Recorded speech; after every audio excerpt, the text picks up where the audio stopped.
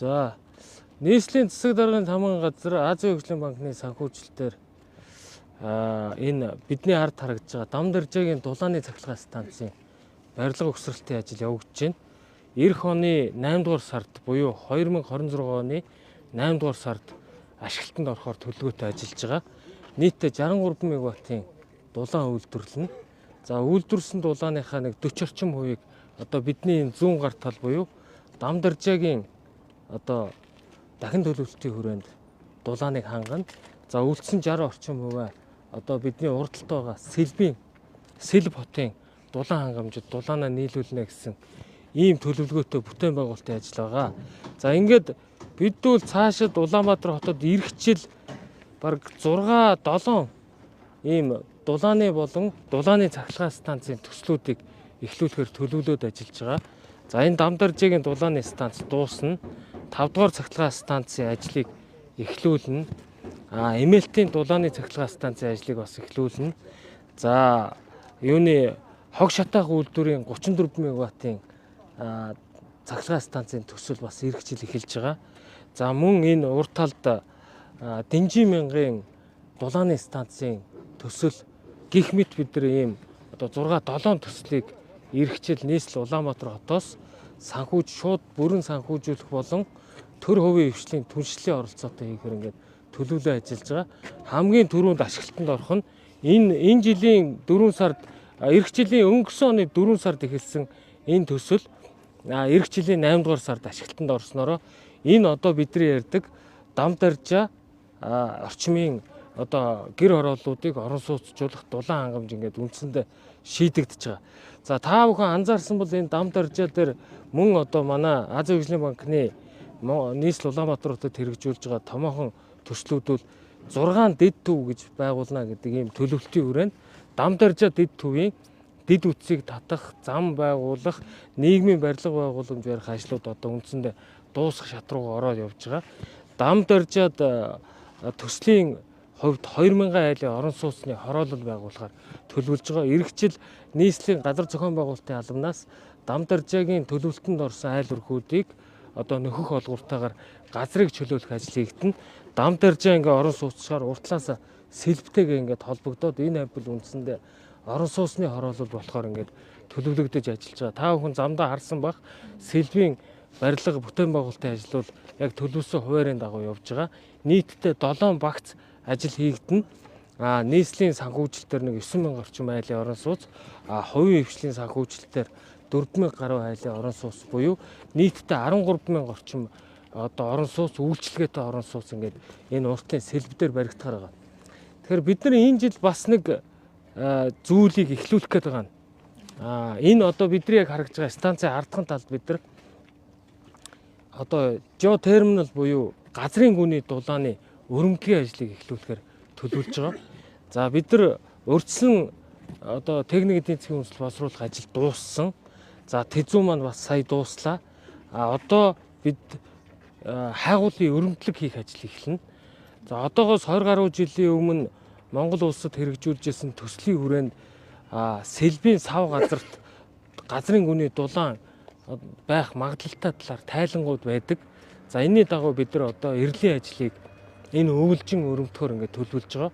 Бид нар 3000-аас 3500 метрийн гүнд одоо дулааны одоо их усүрээ олсон тохиолдолд энэ хавийн одоо дулаан хангамжийг холимог буюу одоо хайбрид гэж ярьдаг тийм ээ. Нүүрсний станцтай сэргээгдэх одоо дулааны их усүрийг ингээд хослуулах байдлаар хэрэгжүүлэхээр төслийг бид нар төлөвлөж байгаа. За дараагийн бидний бас газрын гүний дулааны хайгуул хаана явагдах вэ гэвэл урт талд Хүннү хот дээр бид нар хийгдэхэр байгаа. Мөн тэзүү дууссан. За тэзүүгээр бол Хүннү хот дээр маш өндөр ийм одоо үр дүнгууд гарч ирсэн гэдэг бас та бүхэнд хэлье.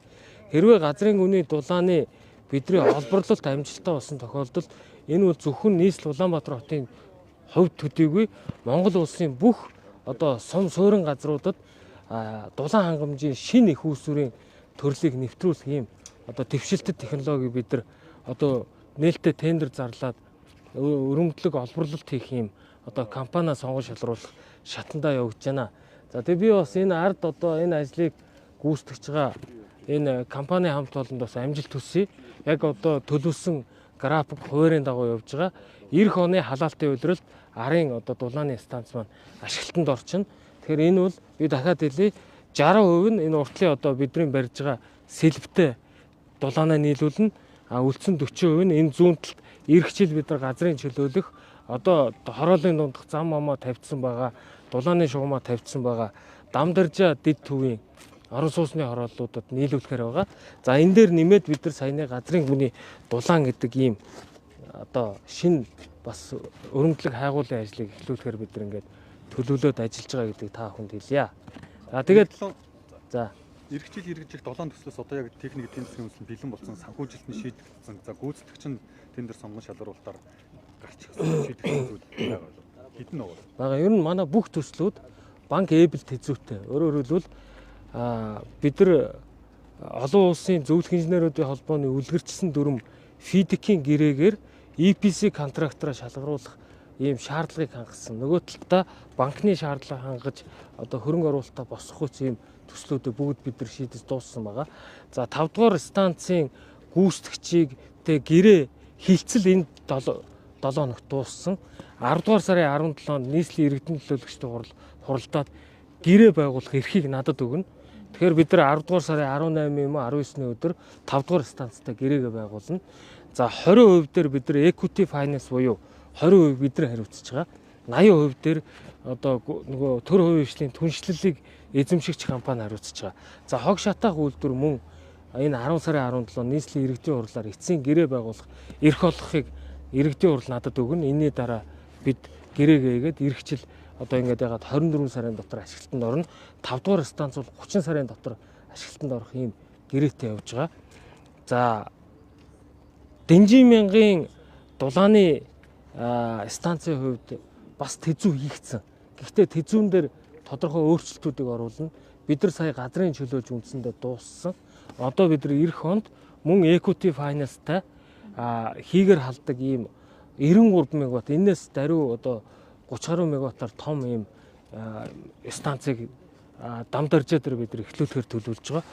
Энэ станцын гол үндсэн ач холбогдол энэ 6 дугаар магистрал шугамыг 7 дугаар магистрал шугамтай дунд нь холбож энэ Улаанбаатар хотын баруун хойд хэсгийн төвийн дулааныг дэмжиж өгч Дэнжин мянга орчмыг бүхэлд нь орон сууцчлуулах юм хамгийн том ач холбогдолтой юм төсөл явж байгаа. За юун дээр эмээлтэй 24 мегаваттын дулааны цахилгаан станцын гүйцэтгэх шалгартсан гэрээ байгуулагдсан байгаа. Ирэх жил барилга угсралтын ажил эхэлнэ. За өөр бусад төслүүдийн хувьд үндсэндээ ер нь бол бүгд тэзүүтэй одоо дандаа төр хувийн хвшлийн түншлүүдээр хийхээр бид нар төлөвлөж байгаа. Цаана нь бид нар яармагт нэг одоо дулааны станцын төсөл байгаа. Юуны нөгөө хаан хийс гэж ярьдаг шүү дээ, тий. Туулын хойд иргэдээр хаан хийсийн орчин мөн хийгэр халдаг.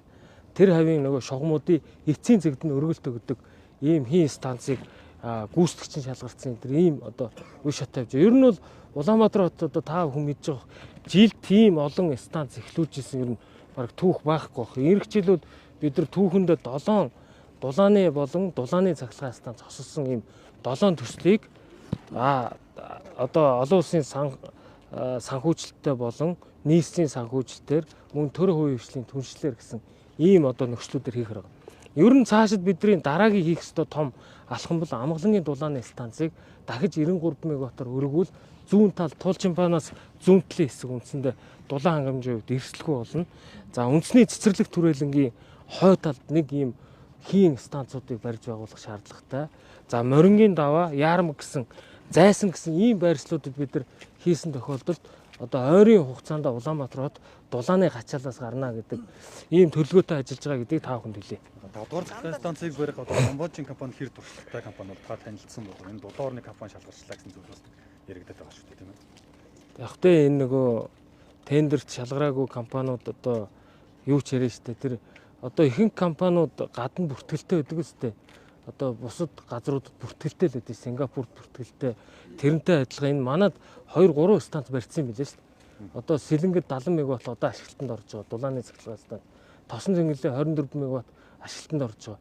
Одоо тэгээ бид нар чинь ирсэн 2 компани ирсэн нэг нь манад ингээд юугаа барьцсан банк мөнгөө босгох боломжтойгоо илэрхийлсэн энэ Тэгээ хамгийн бага үн тариф санал болгосон дээр л бид нар саналаа өгсөн. Одоо намайг янз бүрээр хэлээд юу гэх вэ? Одоо бид нар шалгарсан бүх баримтуудыг өстөө нэг олон нийтэд ил болгоод үзүүлэхэд ямар ч асуудалгүй. Тэгэхээр эцсийн үр дүн чухал байхгүй юу?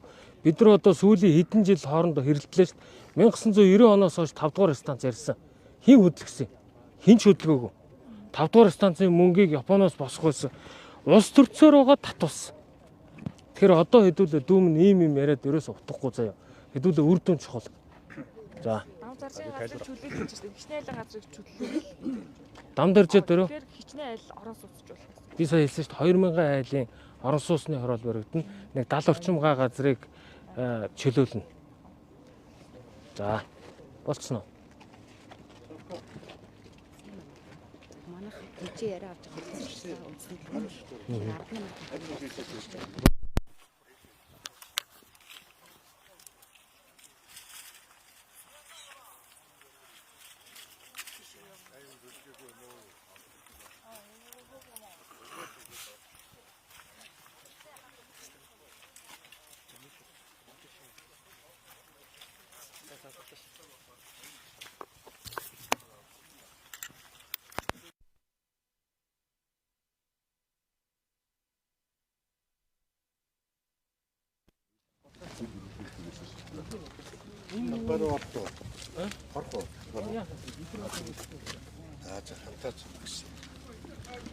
За, юуны нөгөө үндэсний телевизийг хаана байгаа? Телевиз. За.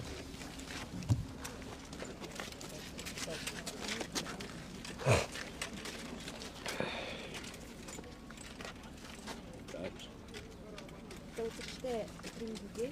За өнөөдөр бол дамп дүүцгээр баригдаж байгаа